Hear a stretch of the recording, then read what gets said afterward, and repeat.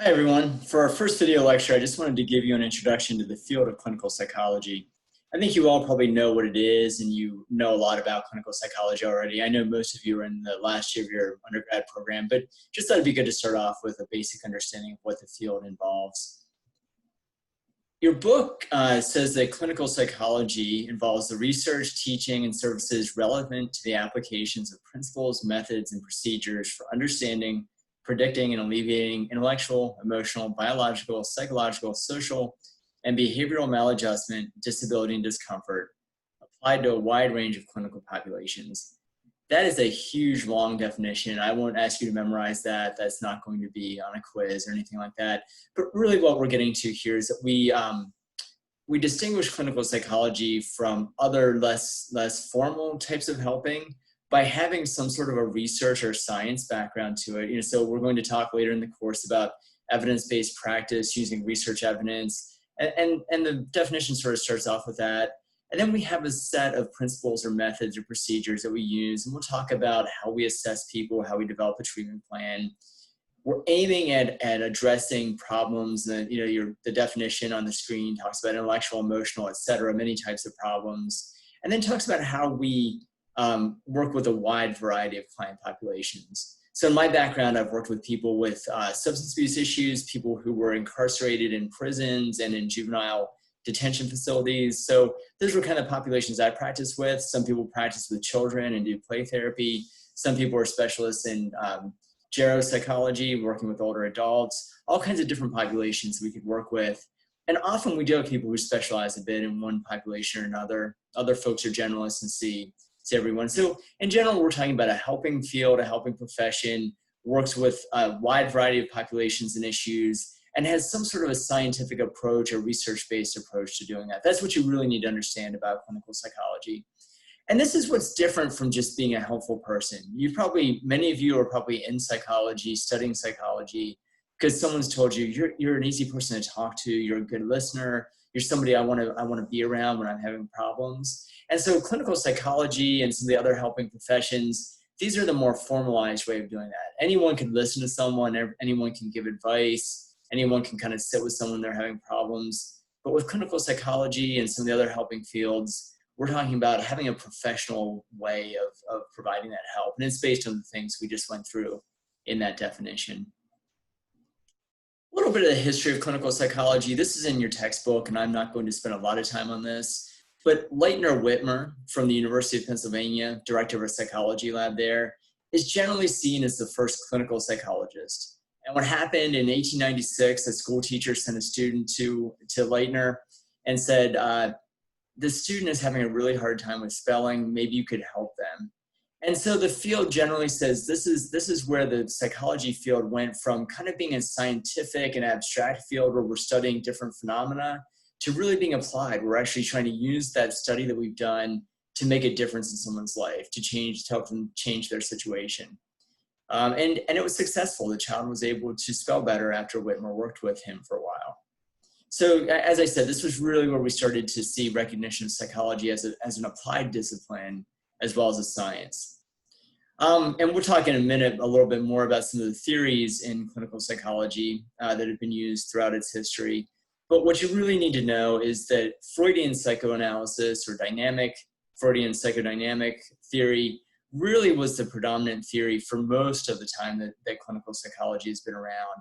Really until the 1970s, even the 1980s, most people who were trained in clinical psychology received a pretty heavy dose of Freud and the psychoanalytic or psychodynamic theory base. And as you know about Freud and about psychoanalysis, I'm sure from other classes, Freud referred to what he did with people, the treatment he provided, as a talking cure. And basically he would sit behind them, they would recline, usually on a couch, he'd sit behind them. The progress was very slow. You'd hear about people being in psychoanalysis for years and years on end. And it was focused very much on internal drives and structures, resolution of unconscious conflict. We'll talk a bit more about that in a minute. But what we started to see happening in the latter part of the 20th century is we got into the 60s, 70s, 80s, 90s, new therapies started to be developed. Things like cognitive therapy, family therapy, group therapy started to be adopted by clinical psychologists. So it went from Freud only to a wider theory base. Now you've got people practicing from a variety of different theoretical backgrounds. Since we're talking about theories, let me just give you a quick overview. Again, I think a lot of this is review, but if you're like me, it's helpful to review this stuff once in a while. So obviously, we're just talking about Freud and his psychodynamic theory focused on the resolution of unconscious conflict. The other thing about psychodynamic theory that's important to keep in mind is it's very past focused.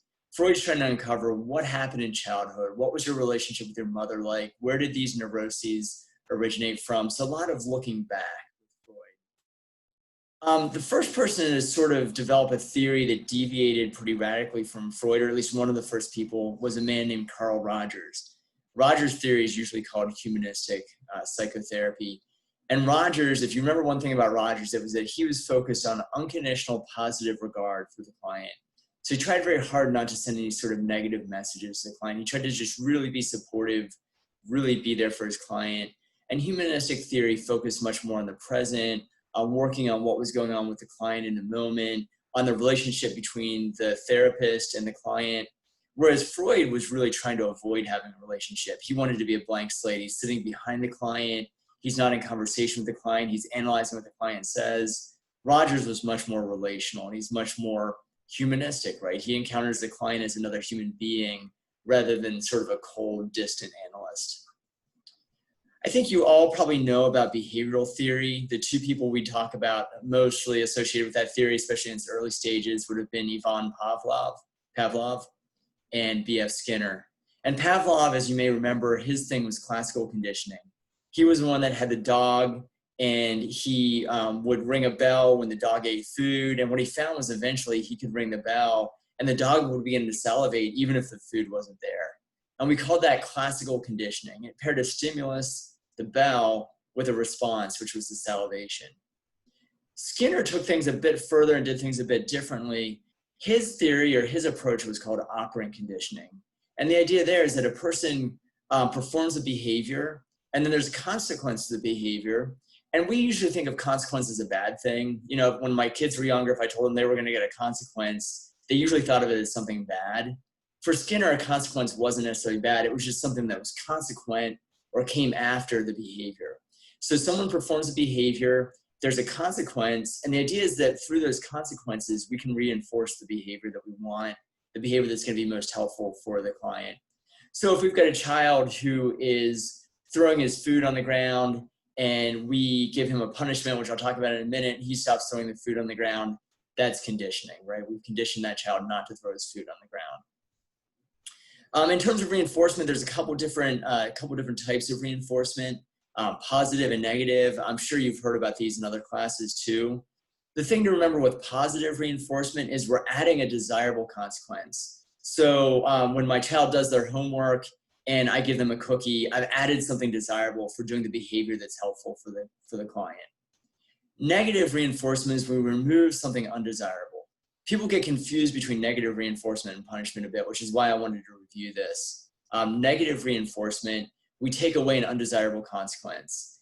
The best example of negative reinforcement is when you get in a car and you don't have your seatbelt on, and there's that bell, that annoying bell that just rings and rings and rings. When you put your seatbelt on, that bell goes away. That's negative reinforcement. We've taken something undesirable, something annoying, that bell, right? We've taken that away when you do a positive behavior, when you fasten your seatbelt. That's different than punishment, which is where we add an undesirable consequence. So the example I gave earlier, my child throws food on the floor and I send them to bed early. So I've added an undesirable consequence for the behavior to try to make the behavior go away. The old saying in the behavioral field is that positive reinforcement is actually the most powerful type of reinforcement, the most powerful way to develop a behavior. A lot of times, especially, sometimes as parents or school teachers or people that are working and using a behavioral approach, punishment is maybe the thing we resort to sometimes because it sort of feels just, right? You've acted wrong and I'm going to give you punishment. But we actually know a lot of times positive reinforcement is more effective. So just a little bit of a reminder about behavioral theory, behavioralism. Not going to spend a lot of time on that, but just wanted to remind you of some of the key points. The final theory I wanted to mention would be the cognitive behavioral theories. And I say theories because there's a number of different theories under that broad heading. And your book distinguishes between cognitive and cognitive behavioral theory. I'm not going to do that. I really look at them all as falling under the rubric of cognitive behavioral. There's just some different ways of thinking about that. The two people that are really well known for this, Aaron Beck, who really helped to develop cognitive therapy, and then Albert Ellis, who developed what was called rational emotive behavioral therapy, REBT. When he started off, it was just rational emotive theory or therapy, and then he added the behavioral later. And so these are both theories that focus on identifying and changing irrational thoughts, and cognitive theory with Aaron Beck really focused on changing self-talk. When I started practicing, people still played tapes and cassette tapes, and so we sometimes talk to clients about changing the tape that they were playing in their mind. I think nowadays we probably say changing the MP3 that you're playing in your mind, changing that thing that you're saying to yourself that's maybe making you struggle in some way with your relationships or your thoughts, your affective presentation, your mood, that sort of thing. So those are some of the main theories, and certainly there are other ones, but the four main theories that we usually think about with clinical psychology. Just a word about licensure in the US, which is what I know the most about. Even though I've lived for a couple years in Lithuania and Russia, I know the most about clinical psychology here in the US. It's where I'm from. It's where I did my clinical practice. And so in the US, clinical psychologists almost always hold a doctoral degree. There are a few exceptions. There's a few states that will license people with master's degrees, but usually you have to have a doctoral degree to be a clinical psychologist. The two types of degrees in the US they classify as doctoral degrees, one would be a PsyD, and this is a little bit more applied and less research focused, more clinically focused. The PhD would be focused on both clinical training and research training, whereas again, the PsyD is a little bit more focused on clinical practice. There is some research, but it's usually not as extensive in a PsyD program. In the US, clinical psychologists are licensed in the state in which they practice. So if you're licensed, I live in Kansas. If I was licensed here, I'd have to get another license if I went to Oklahoma or Colorado to practice, some of the states bordering Kansas. Licensure exists in some other countries as well. A lot of the Western European countries have licensure. The last I heard, and again, because I don't live in Lithuania and I'm not completely fluent in Lithuanian, I can speak a little bit and I can read a little bit, but I'm certainly not able to read journals and newspapers and that sort of thing. I don't know as much about licensure in Lithuania and in some of the other countries that I know many of you come from. I know that my sense has been just from talking to clients and talking to students and talking to practitioners. My sense is that many countries now are developing licensure and developing laws around who can be licensed. And the European Psychological Association actually has now a body of standards that we at LCC a number of years ago adapted our program and our training to, so that we fit under those, they were called the Euro-Psy standards. So there's starting to be some kind of common expectations across Europe at least, but different countries are in different places as far as developing licensure. And I think I'll just leave it at that because I really can't get into the specifics about different countries. I also wanted to mention some other fields that in the US can be licensed and other fields that actually perform psychotherapy. Some people think it's just clinical psychologists, but there are a number of other fields. You probably know about psychiatrists. They're medical doctors who are trained to do psychotherapy. They're also trained to diagnose and to prescribe medication. And they're really, in most countries, in most places, they're the only field that can prescribe medication. For the rest of us, if we see somebody and we think they're depressed and we think they need one of the SSRI medications that we usually use to treat depression, something like Zoloft or Paxil or one of those sorts of medicines, we actually have to refer them to a medical doctor to be able to get that medication that they need. Some of the other fields that aren't necessarily doctoral level fields would be counselors, marriage and family therapists, and clinical social workers. In the US, those folks usually work with a master's degree and they can be licensed with a master's degree. They actually don't need to have a doctoral degree.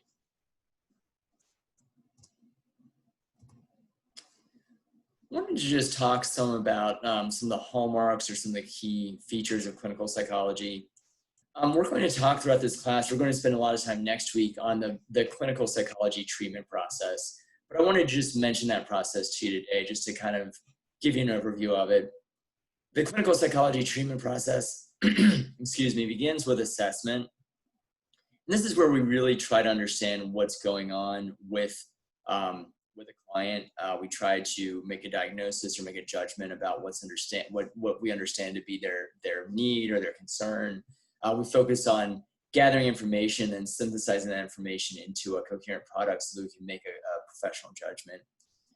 From there, we usually develop a treatment plan, which is our plan for how we're going to work with the client on the issue that they're dealing with.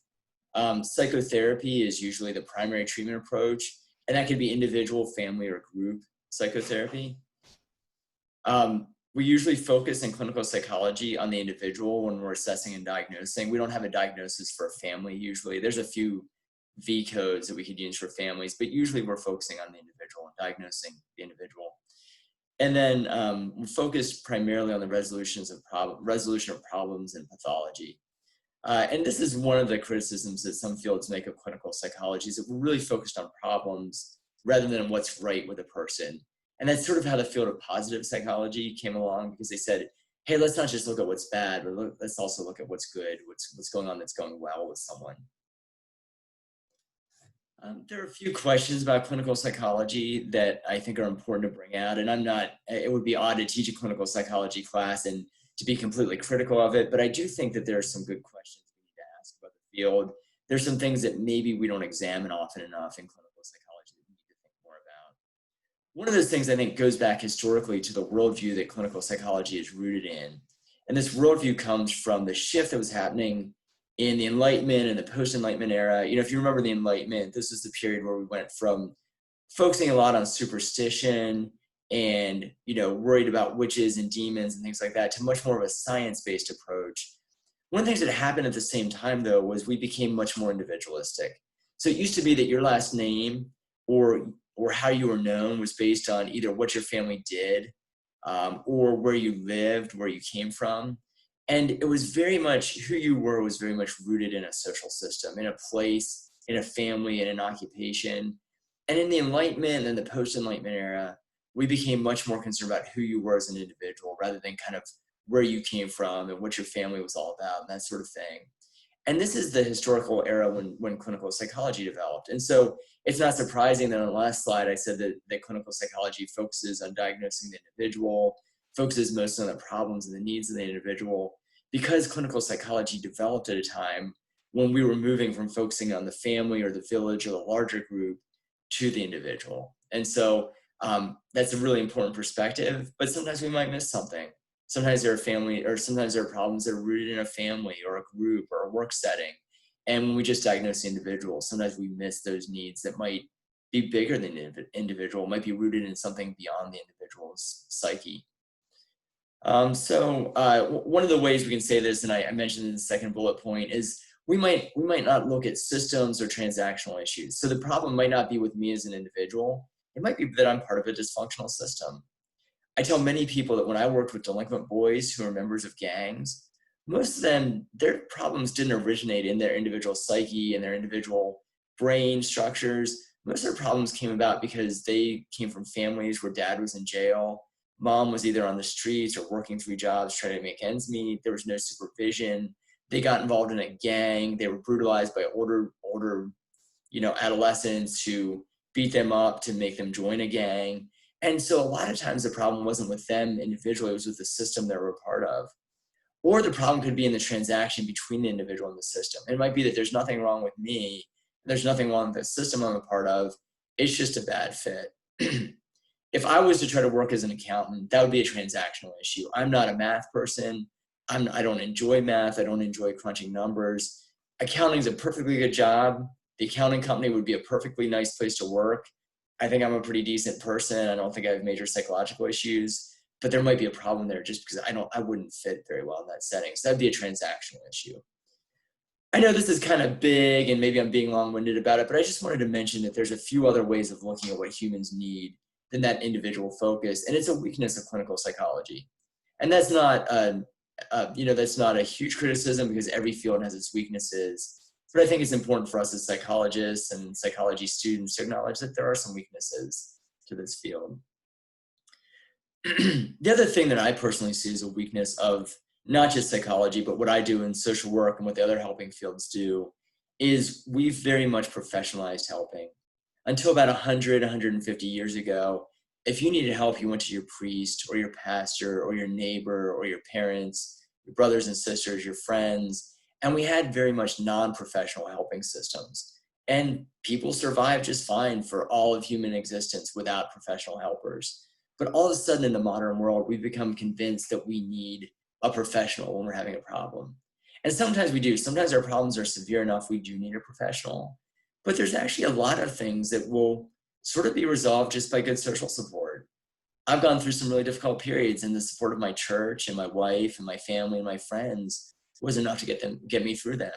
There have also been some things I've gone through that maybe I would have benefited from professional intervention, but not everything.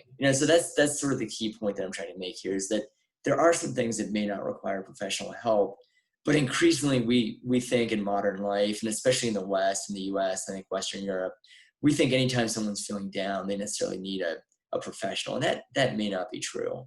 And there's even some research to back this up. I mentioned in my parentheses here that the World Health Organization did a study of schizophrenia, and what's really interesting is they had 10 or 12 different sites across the world where they studied schizophrenia.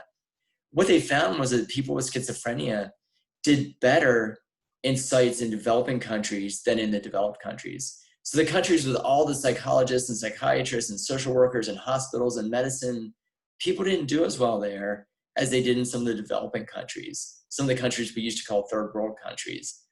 And the hypothesis was, the researchers believed that this was because in those developing countries, there were stronger social systems. People didn't necessarily go to professional. The people down the street helped the people that were having problems. There was even a story about somebody who had schizophrenia and the community created a fake job for them. So they had a place in the community besides being the sick person or the mentally ill person. They had a job and they felt like they were doing something positive for the community, even though it was something that really the community didn't exactly need them to do. So anyway, all that to say, there's some real value to non-professional helping. And as professionals, we would never want to steer someone away from talking to their pastor or their priest or their school teacher or their coach or someone that maybe hasn't been trained, because those people can be very effective helpers. I know this is starting to change a bit at LCC. I know we have some folks in the class who aren't from the former Soviet Union, but I know that many of you still are. I know that many of you are from Lithuania or Ukraine or Moldova or some other places, Latvia. And so I wanted to mention, because there's still the majority of our students are from the former Soviet Union, I wanted to just mention a little bit about clinical psychology in the former Soviet Union. Hopefully you've gotten a chance to read the two articles I gave you by Nalchaujian and Reich. The Reich article was actually just a newspaper article written by a psychiatrist in the early 1980s about his interactions with the Soviet psychological and psychiatric profession. And then the Nalchaujian article was written right about 7-8 years after the Soviet Union ended. I think it was written in 1997. The Soviet Union ended at the end of 1990. Excuse me. Just kind of talking about what clinical psychology was like under the Soviet Union. So just a brief overview of that. In the Soviet Union, clinical psychology was very limited. Very early on, Stalin and some of his supporters decided that Freud and his ideas, which again were the predominant theories in clinical psychology, they decided that Freud was anti-Marxist and anti-Leninist, that his theories didn't fit well with Marxist and Leninist ideology. And so very quickly, clinical psychology was kind of pushed to the side. And it's not that no one did it, but it was always a little bit suspicious. And there was really a focus on developing a specifically Soviet psychology, which developed to some degree, but it was problematic, partly because it was used sometimes to repress dissidents, people who didn't believe in the system, didn't agree with the system, acted out against the system. And that's really what the Reich article gets into, the use of a new, a new schizophrenia diagnosis that the Soviet psychiatrists came up with. And the person writing the article, Reich, is alleging that they used that diagnosis primarily to control dissidents as an excuse to hospitalize and even torture dissidents under the guise of psychiatric treatment. Some of the effects of this, I know for many of you, the Soviet era seems like a long time ago, although I know when I was at LCC, students would sometimes still use that as an insult. And they'd say, oh, that person, it's sort of like they're still in the Soviet Union. We visited a school one time with our psychology students, and the students afterwards, some of them said, oh, those teachers were kind of acting like it was still the Soviet Union, the way they held class and talked to the students and that kind of thing. So I know that's still something that gets talked about, even though I know that was a while ago in history. But history has a way of affecting us in the present day. And a couple of things that I saw when I was living in Lithuania and I heard from some of my friends and colleagues. One is we know that treatment seeking is still probably less prevalent in the former Soviet countries than it would be in Western Europe and in the US. And there seems to be some concern, especially among older people. I think the younger generations may be more accepting of clinical psychology and treatment and therapy. But especially among older adults who grew up during the Soviet era, there's a real concern about going into a stranger, sharing your thoughts and sharing your problems. And there was even concern about confidentiality. Will this remain confidential? Will this remain secret and safe? I think this is changing, but when I lived in Lithuania, there were still some things that could be shared in a psychotherapy session that could also be shared with the government. For instance, a Lithuanian psychiatrist mentioned to me that, and he didn't believe that this was right, but it was the way it was done when he was practicing back in 2012 and 2013 when I was in Lithuania. He told us stories about people who had a diagnosis of a substance abuse disorder, and that had to be turned into the government, and the government could actually take their driver's license away. And he said, wow, that's really a disincentive for people to come into treatment. People don't want to come into treatment if they think I might have to share the diagnosis with the government. So people who grew up under the Soviet system, they're still, I think, a little bit worried about seeking help from a psychiatrist, from a psychologist, from somebody in the helping field. And I think a lot of that goes back to the Soviet era, where that wasn't necessarily a safe or advisable thing to do. I mentioned the clinical psychology treatment process a few minutes ago. As I said, we're going to focus more on this next week, but I wanted to just give you an overview of it. So in this course, we're going to define it in 5 steps: assessment, treatment planning, intervention, evaluation, and termination. These are the steps we follow when a client comes into treatment. We start off with an assessment. Someone comes in to see us for the first time, and we try to collect and synthesize their information in order to reach a judgment about what they need or a diagnosis about what their problem is. Then we move on to developing a treatment plan, which is a plan for what we're going to do with the client. Then we move on to an intervention, and that's usually psychotherapy. It might be medicine. It might be family therapy as well. But usually from that treatment plan, we're going to have interventions that we're doing with the client. We'll move on then to evaluation, which is after the client's been in treatment for a certain amount of time. We'll evaluate how that treatment's working for them. And then finally, once we determine in conjunction with the client that the treatment's working well, then we terminate the treatment and we end the treatment process for the client. So again, we'll be talking in a lot more detail about that, but because this is an overview and introduction, I wanted to just give you a sense of what we'll be doing, or what we'll be talking about when we get to that topic next week. Finally, before I go, I just wanted to mention the quiz. Each week we'll have a quiz, or sometimes if I've got multiple lectures, sometimes I might break it up into 2 quizzes just to make it a little bit easier for you. For this week, the quiz could be anything from this lecture, anything from the readings. I have 4 textbook chapters for you to read, and then the Reich article, then a Chaljian article. I know that might seem like a lot, but remember, we're not meeting in person, so you've got a lot of time to work on this, a lot of time that you would have otherwise been in class. And we're trying to push this into 8 weeks. So I had to compact things a bit. And I know that if things are going right, you're only supposed to be in 2 or I think maybe 3 classes right now. So again, I know that maybe that's more reading than you would usually do. But what I've been told when I was planning the class was that you should have time for that because we're doing the semester differently this year. I usually give you about 15 minutes to complete the quiz. And that's just, I mentioned this in the course introduction, but I'll just mention it again. That's just to make sure that you've done the reading and watched the lectures, and so that you know going into that you don't have a lot of time to be flipping through your reading and flipping through your notes. You've got to come in knowing the basics from the lecture. That said, I'm not going to ask you to define things. It's going to be multiple choice and true and false. It's going to just be a double check that you've done the reading and that you've watched the lecture. Okay, that's all for this week. I hope this semester gets off to a good start for you. Again, I'm really bummed that I won't be able to see you in person.